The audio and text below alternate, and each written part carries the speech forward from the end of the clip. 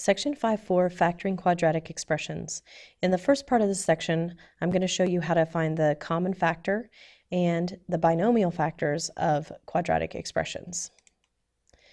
So we're going to start by talking about the greatest common factor. And the greatest common factor, although usually fairly simple to find, is something that often gets forgotten when doing factoring.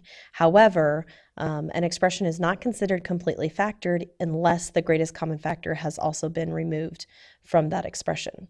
Okay, so I'm going to do a couple quick examples here for you.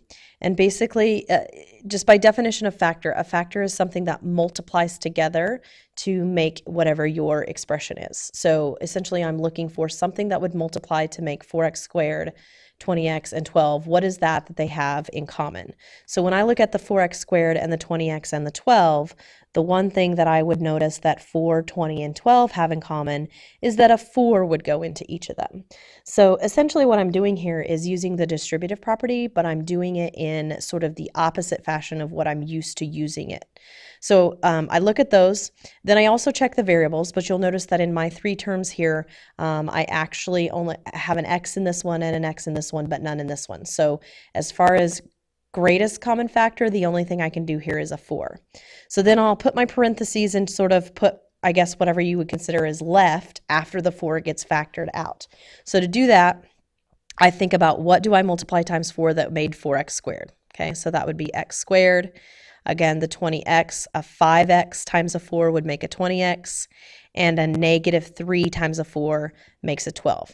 And the key here is that you should be able to distribute this so that you can get 4x squared plus 20x minus 12 again. In the second example, same thing, 9n squared minus 24n. What do they have in common? 9 and 24 would have a 3 in common, and n squared and n would have an n in common. So my greatest common factor here is going to be 3n. So then what I'm going to do with this is I'm going to figure out what would I multiply by 3n so that I would get 9n squared minus 24n. So that's going to be a 3n minus 8. And this is how I factor out my greatest common factor. Okay, when I factor a trinomial, I do want to check for the greatest common factor first, and once I've got that removed, or if it doesn't have one, then I'm going to try to make this trinomial back into its two original binomials. And those would have been multiplied together by FOIL to make this trinomial. So what I want to do is try to figure out what two binomials did I have originally that were multiplied to make x squared plus 10x plus 24. Okay, well, there's two key things to figuring out how to make these binomials, and the two major things are the first term and the last term. When I multiply with FOIL, the first term comes from multiplying the first two terms. So my first two terms absolutely have to be x times x. That's the only way I'm going to make x squared.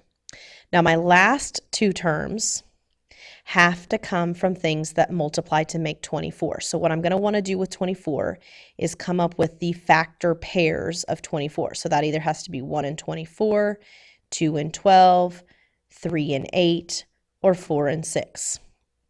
Now in the case of a trinomial like this one, where your first term is just simply x squared, it's pretty simple to pick out the pairs. So you just look at the pairs and you find you need a 10 in the middle.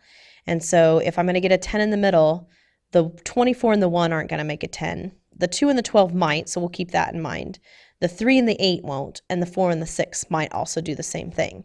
So what I'm going to do is I'm just going to figure out my signs here. I've got a positive 24, which tells me that these two signs either both need to be positive or both need to be negative, because when I multiply numbers, the only way to get a positive is to use two positives. Okay, so plus and plus. And the reason I picked plus is because if you look here at the middle term is also positive. So in order for everything to be positive, I'm going to have all positives.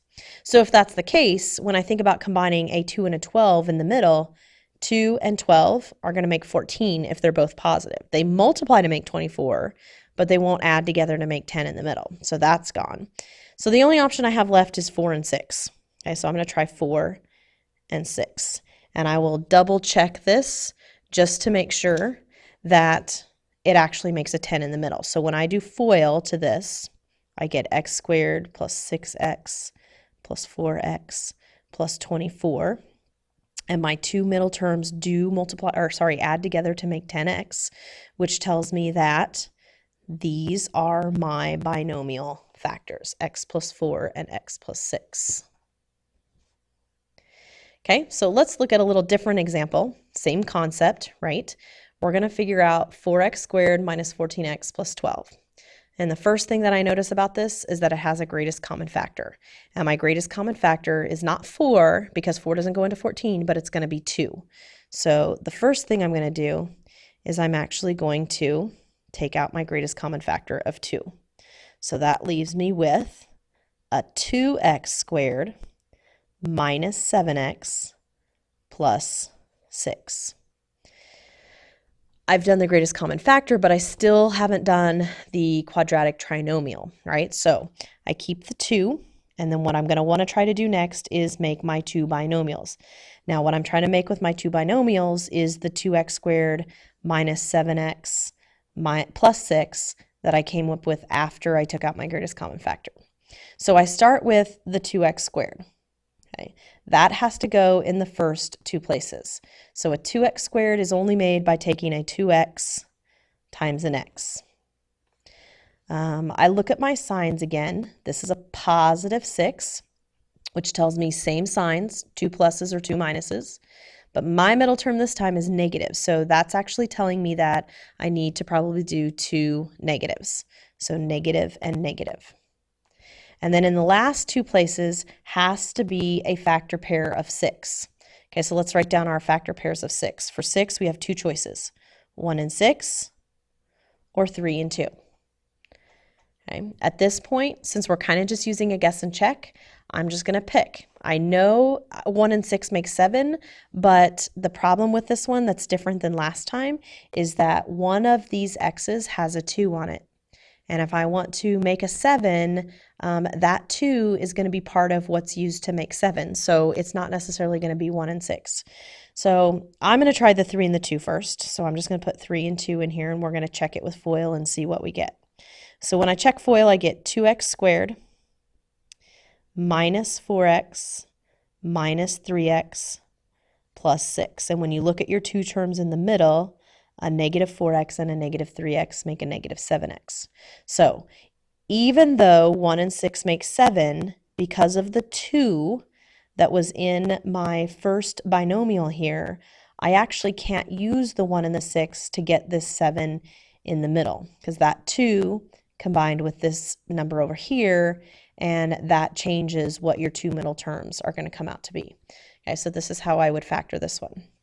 Now, if this had not worked out the first time, my only option would have been to maybe switch the 3 and the 2, try that. If that doesn't multiply out right, then I'd switch to the pair 1 and 6. Now, I know that that's one of the things that's very frustrating about factoring. So there is another way that we can factor, and that is called factoring by grouping. And when I factor by grouping, I can do it algebraically, but I also like to do it using a box. It takes a little bit of the guesswork out of how you need to factor these. And it especially works well when you have these trinomials that have a coefficient in front of x squared that make them a little more difficult to factor. You're definitely still able to do these by guess and check, but sometimes factoring by grouping can kind of help speed up that process a little bit. Takes out a little bit of the guessing. So here's what I'm going to do. To factor by grouping with my box over here, I like this box because it just sort of helps me organize my thinking a little bit. And so to do that, I start with my box and I put my first term, my 6x squared, in the first box. And I put my 35 in the last box. And then what I'm going to do with those is I actually need to multiply the c and the a together. Because remember, I told you that these factors and these factors influence what happens to these two middle terms. So I'm going to multiply those together, 35 times 6. And I'm actually going to get 210. And I'm going to start going through my list of factors of 210 until I find me a pair that actually make 31. Okay, so I'm just going to start going down the list, 210, and starting to find my different factors. Okay, and I'm going to keep going down the list. And you can go through the list, but eventually I will come to the factor pair 10 and 21. And I find that 10 and 21 are going to be the pair that would give me 31 in the middle. So it doesn't matter which of the two squares you use, you're going to put, and it's a negative 31, so we want to use a negative 10x, and we want to use a negative 21x. And since both of my signs are the same there, that tells me that both of my signs in my binomials are going to be the same. And again, I feel like this takes a little bit of the guesswork out of it. And it also, when I get to this point, I just simply have to do my greatest common factors. And what I'm going to do is I'm going to take my greatest common factor going across each row. That's going to be one binomial. And then I'm going to do each column, which is going to give me the other binomial. So if I do the first row, the greatest common factor of 6x squared and negative 10x is actually going to be a 2x. Then I do the next one, the greatest common factor of negative 21x and 35 is going to be a 7. Then I go the other way, okay, this way, do the columns. Greatest common factor of 6x squared and a negative 21x is going to be a 3x. And then for negative 10x and 35 is going to be a 5. And what I've just done is I have now come up with my two binomials. Okay. Now, again, like I told you earlier, these two signs right here are going to tell me, since they're both negative, that both of my signs in my parentheses need to be negative. If these were both positive, both my signs would be positive. And if one is a positive and one is a negative, which means that this number will be negative, you factor out the negative when you have two negative signs together. So if these two things are both negative, this would factor out as a negative 5, telling me that this should be the sign that's negative and this should be the sign that's positive. Okay, so we'll do a couple more of these in class, and we will finish section 4 at a later time.